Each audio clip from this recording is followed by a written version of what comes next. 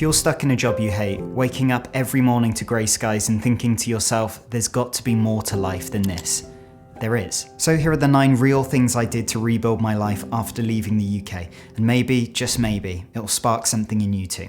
Let's get into it. Hey mate, welcome back. I'm Sam, a British actor documenting my journey of escaping the UK for a better life here in Australia. So number 1 is I made peace with wanting to leave.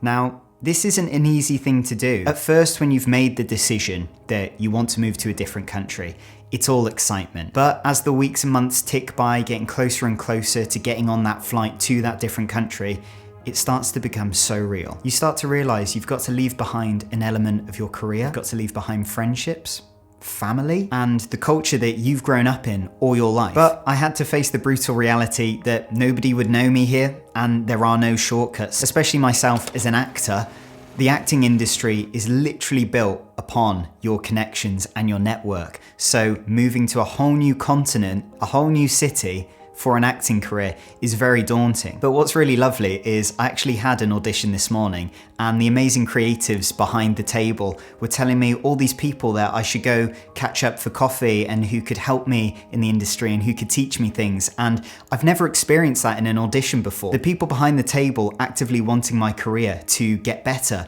and to see me thrive as an actor here. So that's amazing. And it feels like people actually want you to succeed here. When people can tell that I'm from overseas and that I'm new here, they go out of their way and work hard to actually make your life easier, which is absolutely incredible. But what I'm trying to say is that you're not failing by starting small again.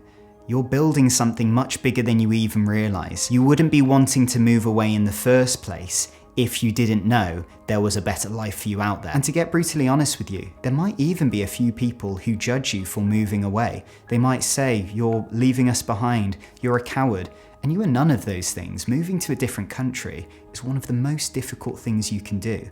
And if you do it, that means you are incredibly courageous, and you should be incredibly proud of yourself. Number 2 is I got ruthless about my priorities. No more living life on autopilot. Once your visa's been granted and you've paid the government that amount of money, you've paid for your flights, you're starting to prepare short-term accommodation and getting your SIM card and things like that, prices rack up and you realize you need to prioritize not only your finances, but what you're going to do when you get to the country. So no more living on autopilot. You can't just be coasting in your 9-to-5 job anymore, just expecting life to be easy. No, you're making a dramatic change to your life.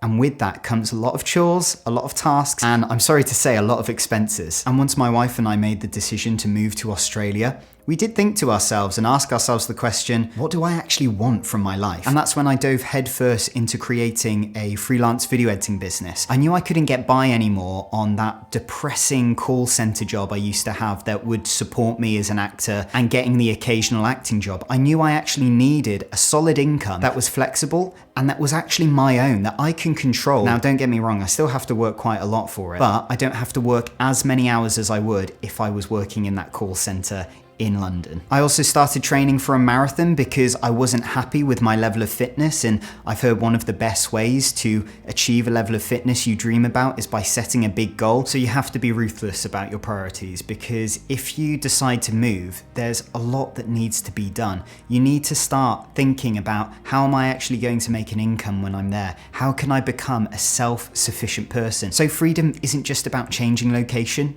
It's also about choosing where your energy goes. And it's funny, you can 1000% change your life for the better without moving countries. But after years of living in the UK and it just not working for me, I knew I had to make a bigger change. And just a quick one, I noticed in my analytics that over 98% of you who regularly watch these videos aren't subscribed yet. So if you're enjoying this, hit that subscribe button, it helps me keep these videos coming.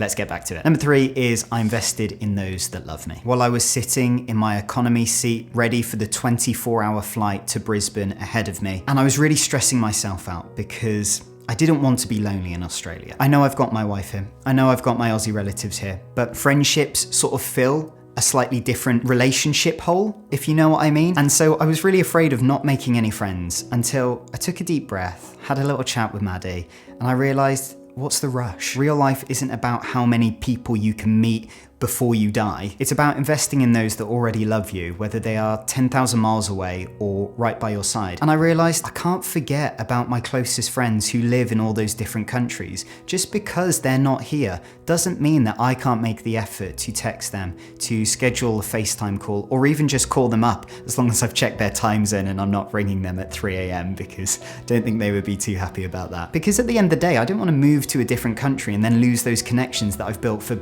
years, even decades. So I guess what I'm trying to say is that you don't need a bigger circle. What you need to do is nurture your circle that you've already got. And if new friends come along the way, then that's just a bonus. Number 4 is I treated every job like it mattered. Now this might sound obvious, but what usually happens with our work over the months is that we slowly switch on autopilot.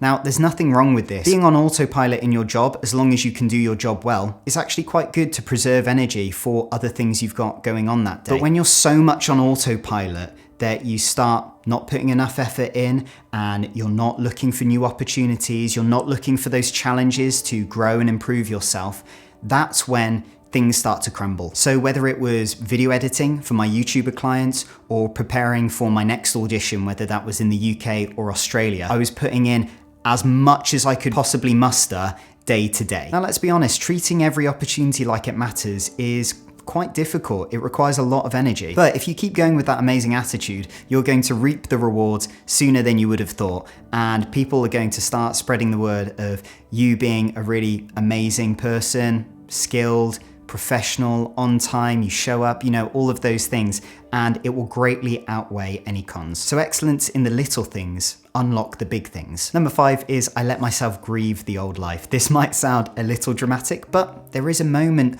of grieving the old life. When you get here, the homesickness may or may not kick in at some point. You will have culture shock and you'll start to think, wow, I've left my old life behind. I'm here now, I have to face the decision I've made. Now, moving abroad isn't just exciting, it's a bit disorienting and sometimes lonely. Even if you've got a partner, even if you've got relatives here, it can still feel lonely when you're in the supermarket and none of the products look the same and the time zone's all messed up. And honestly, it's okay to feel this way. You need to be kind to yourself and you shouldn't push this feeling away. It's totally normal. And the best way I've found to get over that is to keep going, keep doing my morning runs, keep working on my YouTube channel, keep working at my acting career, keep socializing with friends and family back at home and here. Just keep doing that and you start to sink into a new rhythm and things get a lot easier. Now I have to be honest, there was this one night where I just kind of broke. I was running along the Brisbane River at sunset, missing my friends and family. It was one of those homesickness days and I was wondering if I'd made the biggest mistake of my life. But as I was looking at this incredible view that I'd never witnessed before in my life, such stunning colours in the Brisbane River and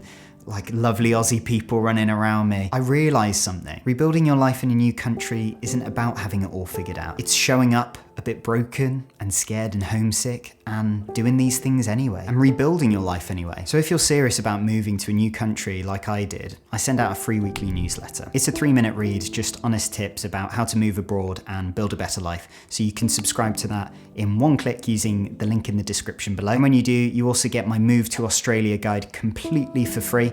Honestly, it's what I wish I had when I first started out. Number 6, I chose adventure over comfort. Now, around 10 months ago when I moved to Brisbane, I was in full work mode for months and months, trying to get more video editing clients because I knew that I had to pay off things like my visa. We had to furnish a new apartment from scratch, just trying to build that savings account as big as I could get it. It wasn't until a few weeks ago when I was in Sydney with my wife and in-laws that it hit me. What's the point of building a life and working all the time if I never stop to actually enjoy it? Now, I totally get it. If you've got massive responsibilities, maybe you're a manager at your company, maybe you've got 4 kids, maybe you're looking after elderly parents, I totally get that. But if there are any ways that you can make some time for yourself and instead of just popping the telly on and watching Netflix, to actually go outside and seek adventure, please do it, because every time I've done it, I haven't wanted to before I step outside.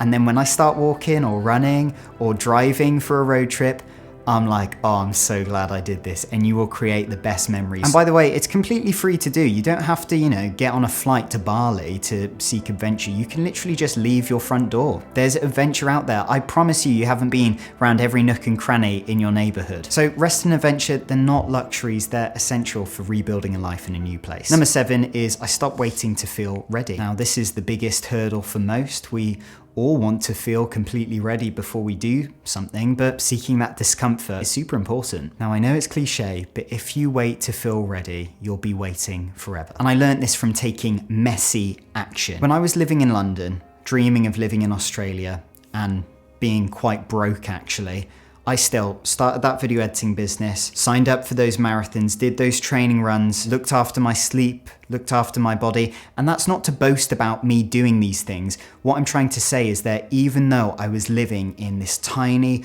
1-bed flat that had black mold on the walls, I was very poor, I still took that action, because if I waited until I'm a millionaire, I would have never have been living in Australia. I'd still be miserable in the UK, and I probably wouldn't be making YouTube videos right now. So the confidence to feel ready to move abroad is built through taking action. Number 8 is I invested in dreams, not just survival. A little bit like what we were just talking about. Every penny left over after paying rent, bills, groceries, personal expenses, I would invest into my acting career and my YouTube channel, which are the 2 main things that I want to be doing with my life. And insert cliche motivational phrase number 2, you have to bet on yourself. Because if you don't bet on yourself, you will become an old person and you will live with a lot of regret. Even now at 26 years old, there's still things that I could have done at 17 that I never did, and I regret them. So don't be like me. Number 9 is I defined success for myself. Now, back home in the UK, success is often defined by most people as the house,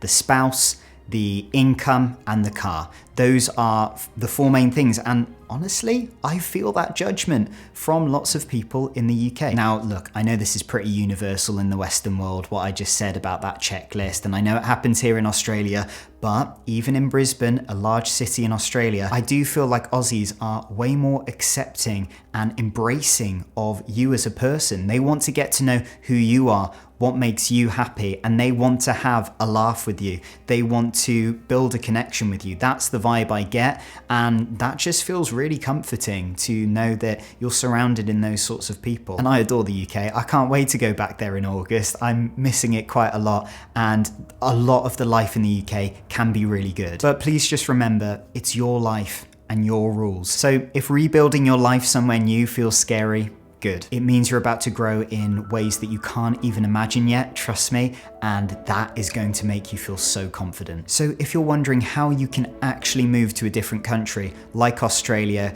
get the visa, get the accommodation, sort your finances out, then I've made this complete guide right here. Go click that video and watch that. I hope it helps you, and if you've made it this far to the end of the video, you're amazing. Thank you so much, and I'll see you in the next one. Bye.